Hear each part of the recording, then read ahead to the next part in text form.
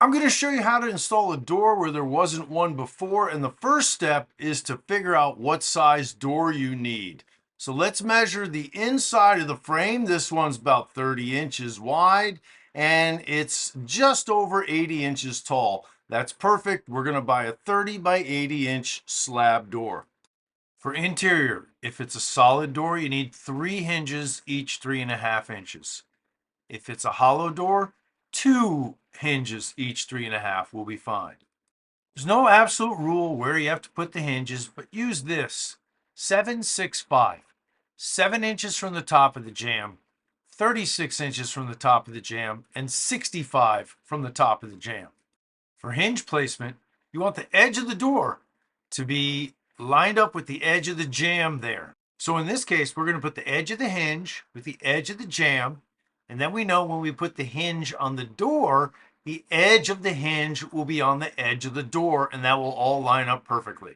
So once you have your hinge locations marked, either use your chisel or your router to make your hinge mortises on the jamb. Then you attach your hinges. I only put in 2 screws in case I have to move something.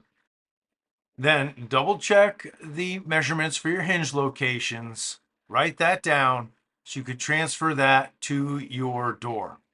I actually used 8, 38, and 68 because that was the hinge locations for the other doors in the house, and I wanted them to all be the same.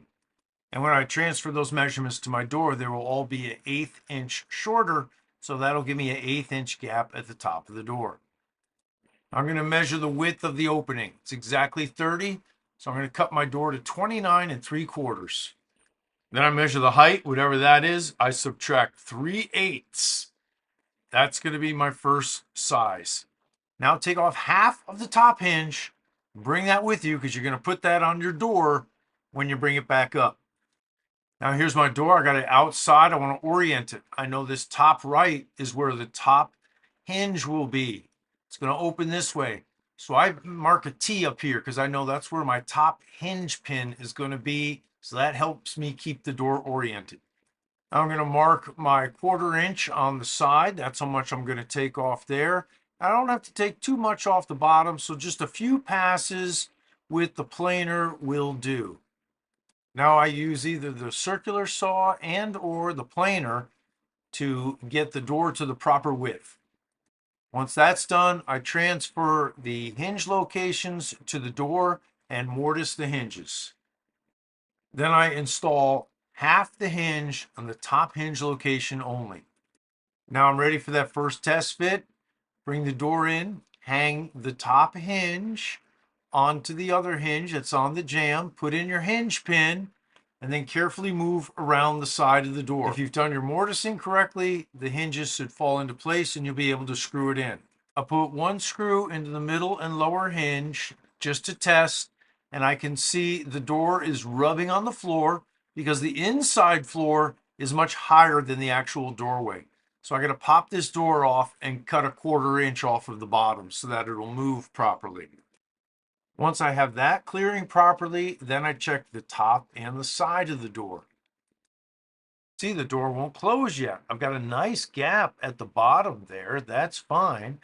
But as I move up, the door starts rubbing against the jamb. So I'm going to check all the screws on my hinges, make sure they're tight, and then I'll start shaving the door if I need to. Because I have a nice gap at the bottom, I don't even need to take the door off the hinges. I can just start planing just above the floor, and I can open and close the door to test it as I plane it. So I'll plane, close, and just keep testing it as I go until I have it perfect. Now look at that. I've got a perfect even gap all the way around. That's exactly how I want it. To install the lock, I measure 36 inches from the bottom of the floor. That is standard. Or I would check the rest of the locks in the house and see what height they are at so that it will all stay consistent.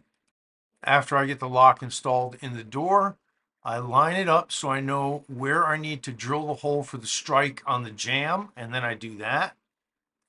And once the lock is engaging perfectly, all my clearances are excellent. I've put all the screws in my hinges. the last thing is to attach the door stop. So I engage the lock, shut the door, then I cut my door stop to length. I apply the top piece first, and I put 2 thin shims between the door and the door stop. And that gives me about a 1/16 of an inch, which will be enough for paint, and then I nail in the stop. Then I do the stop on the strike side. Nail it in where it meets the top part of the stop first, then close the door. Get your 1/16 of an inch gap between the stop and the door and put in a nail. Work your way down so that that gap is even. Then lastly, I do the same thing on the hinge side.